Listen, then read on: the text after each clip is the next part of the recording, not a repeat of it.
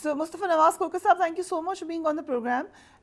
ज़रूर कमेंट कीजिएगा इस केस में नैब का रवैया आपको कैसे नज़र आ रहा है, और साथ ही साथ हम ये भी देख रहे हैं कि नून लीग बहुत कॉन्फिडेंट है। वो तो प्रिडिक्ट कर चुके हैं कि नवाज शरीफ साहब is the next prime minister. वो ये भी कह रहे हैं कि आइंदा हुकूमत बनाएंगे। राना साहब ने जो उनकी नशिस्तें हैं उनकी तादाद भी बना दी है। So how likely is it कि ये सब कुछ ऐसे ही होगा जैसे प्रिडिक्ट करें? अभी तक तो जो जो उन्होंने कहा हुआ है वो। जी बहुत बहुत शुक्रिया।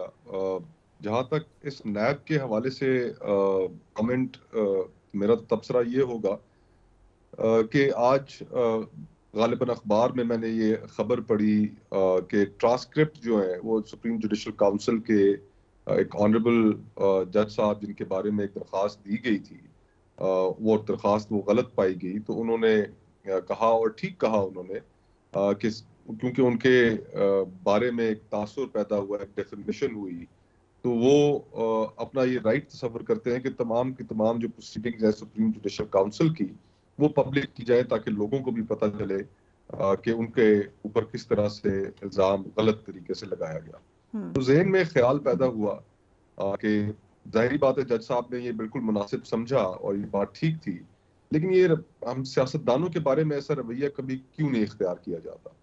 कभी केसेस बनते हैं, एक मुजरिम बना के आप एक शख्स को कौम के सामने पेश कर देते हैं, और फिर उसके बाद कोई परवाह नहीं होती कि उसकी डिग्निटी पे, उसके ऑनर पे क्या दाग लगा, लेकिन फिर आप इवेंचुअली उसी शख्स को उससे ग्राइंड से गुजारते हैं, और फिर 4-5 साल बाद जब हालात तब्दील होते हैं तो फिर आप उसको कहते हैं कि जी कि नहीं आप तो ठीक थे।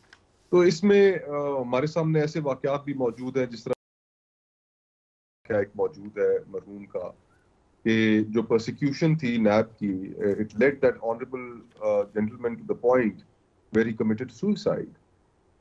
तो इन चीज़ों पे हम कभी हमने इन चीज़ों को हम समझते नहीं है, इन चीज़ों के बारे में हम सेंसिटिव नहीं है कि जिन लोगों के साथ ये गुजरती है, जिन पे इल्ज़ामात लगते हैं और गलत इल्ज़ामात लगते हैं, उन पर क्या गुजरती है, उनके ख़ानदान पर क्या गुजरती है।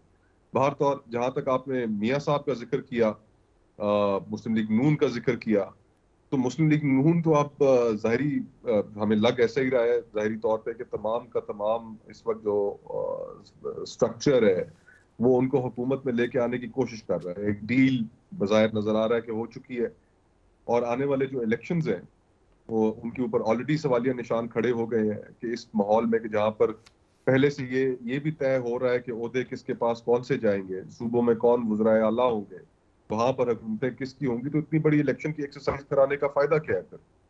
80 से 90 अरब रुपया आप कौम का खर्च करेंगे टैक्स पेयर्स का, जबकि फैसले आप बंद कमरे में बैठ के कर चुके हैं।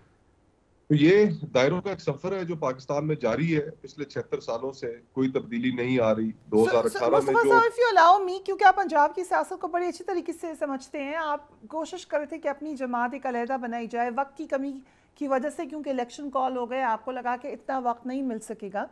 एक नई जमात और ऐसे काम पाकिस्तान पार्टी, हम एकदम से देख रहे हैं कि एक जोर पकड़ रहा है, लोग वहाँ जा रहे हैं। व्हाट्स योर एस्टिमेट, पंजाब की सियासत में क्या एक्स फैक्टर होगा इससे काम पाकिस्तान पार्टी का? Is it the new PMLQ? कहाँ पे देख रहे हैं आप उसको? देखिए, बतौर सियासतदान मुझे तो अच्छा नहीं लग रहा कि लोग गायब होते हैं और फिर वो सारे लोग जो हैं वो जहांगीर तरीन साहब के ड्राइंग रूम से बरामद होते हैं। तो मुझे बतौर सियासतदान और नहीं पसंद आ रहा, लोगों को भी शायद पसंद नहीं आ रहा होगा। इस तरह के तजर्बे पाकिस्तान में पहले हो चुके हैं, और जिस तरीके से किया जा रहा है, जहांगीर तरीन साहब मेरे लिए काबिल एहतराम है, अलीम खान साहब, मोहन चौधरी साहब, मैं उनकी इज्जत करता हूँ, लेकिन ये क्या लेगेसी अपने बारे में वो कायम कर रहे हैं? अगर लोग वाकई उनकी तरफ अट्रैक्ट होते हैं उनके विजन की वजह से, उनकी पॉलिटिकल आइडियोलॉजी की वजह से, तो वेल एंड गुड। लेकिन ये मशकूक सर्कमस्टांसेस में जो सियासतदान बरामद हो जाते हैं एकदम से उनके ड्राइंग रूम से, तो ये उनके बारे में भी कोई अच्छा तासुर लोगों में नहीं छोड़ रहा। और मैं तो ये समझता हूँ कि अगर इस्तेहकाम के टिकट के ऊपर जो लोग कंटेस्ट करेंगे, -15,000 से तो कम से कम वो शुरू करेंगे, क्योंकि ये तासुर जो लोगों में फैला है ये तासुर अच्छा नहीं है। सीट एडजस्टमेंट्स अगर वो करने में कामयाब हो जाते हैं मुस्लिम लीग नून के साथ, تو ہو سکتا ہے کہ کچھ سیٹوں پہ وہ الیکشن کنٹیسٹ کرنے کی پوزیشن میں ہوں ان کے کینڈیڈیٹس، لیکن اس کے علاوہ عوامی پذیرائی تو مجھے اتنی نظر نہیں آتی. رائٹ، ٹھیک ہے. سسٹم اس طرف جا رہا ہے. آپ نے ری امیجننگ کی بات کی تھی مصطفیٰ صاحب، بٹ ری امیجن کی جب بات کریں تو 18ویں ترمیم پہ ضرور کامنٹ کیجیے گا. آپ کی پارٹی رہی ہے پیپلز پارٹی، بلاول بھٹو نے کہا اس کے اوپر کوئی کمپرومائز نہیں ہے، جبکہ پہلے ڈان نے رپورٹ کیا کہ پی ایم ایل این اپنے منشور میں ڈالے گی اس میں ترمیم لانے کے لیے. آج اسحاق ڈار صاحب نے کلیئرٹی دی ہے، but there will be some change proposed by them. آپ کا کیا موقف ہے اس کے اوپر؟ دیکھیں، ایک یہ گفتگو 18th امینڈمنٹ پر بڑے زور و شور سے کی جاتی ہے کہ این ایف سی ایوارڈ کی جو دوبارہ ریکنفیگر اس کو کیا گیا، تو وفاق کے پاس اتنے پیسے نہیں بچتے کہ وفاق اپنا قرضوں کے اوپر سود بھی ادا کر سکے. تو اس کے اوپر اصل جو ایشو ہے 18th امینڈمنٹ میں وہ این ایف سی زیر بحث آتا ہے کہ صوبوں کا جو شیئر ہے اس کو کم کرنا چاہیے. لیکن اس پہ جو اکانومسٹس ہیں، جس طرح خرم حسین صاحب ہیں، ان کا ایک آرٹیکل میری نظر سے گزرا تھا کہ جس میں انہوں نے باقاعدہ فگرز کوٹ کی کہ اگر وہ صوبوں کا شیئر ہے اس کو دوبارہ نئے اثر نو ریکنفیگر بھی کیا جاتا ہے تو اس سے وفاق کو صرف اتنے ہی پیسے اویلیبل ہوں گے 600-700 ارب روپے کہ جو اتنے بڑے اس میں جو ہم نے سود ادا کرنے، قرضوں کی جو ساری بات ہے وہ ضائع ہو جائیں گے. اتنی فسکل سپیس آپ کو ایونچولی ملے گی نہیں، لیکن اس کی جو پولیٹیکل کاسٹ ہے وہ آپ کو زیادہ پے کرنی پڑے گی، کیونکہ جو صوبے ہیں بلوچستان، سندھ، خیبر پختونخوا، ایون پنجاب، وہ اس پہ ضرور معترض ہوں گے.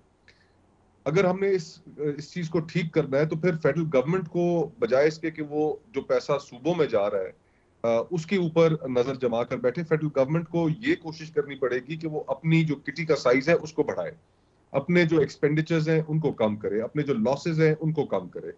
جب آپ اس طرف جاتے نہیں اور آپ پہلے ہی سوچ لیتے ہیں کہ آپ نے صوبوں کا شیئر کم کرنا ہے تو اس کے اوپر پھر ایک صوبوں کے اندر سے آواز تو اٹھے گی.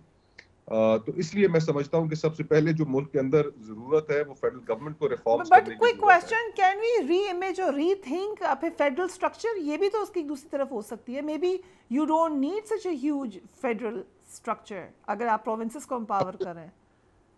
جی آف کورس، دیکھیے نا کہ یہ اب ایک مذاق خیز سی بات ہے کہ جب 18th امینڈمنٹ کی گئی تو اس وقت فیڈرل گورنمنٹ کا جو سائز اور ایکسپینڈیچر تھا وہ آج کے مقابلے میں کہیں زیادہ بڑھ گیا ہے. یعنی کہ آپ نے اپنی ساری منسٹریز، ڈویژنز، وہ آپ نے بہت زیادہ صوبوں کو ڈیوالو کی، اور ہونا تو اس سے یہ چاہیے تھا کہ وفاقی حکومت کا خرچہ کم ہوتا، لیکن آج وفاقی حکومت کا خرچہ بھی بڑھ چکا ہے اور جو لوگ اس کے پے رول پہ تھے وہ بھی بڑھ چکے ہیں. رائٹ.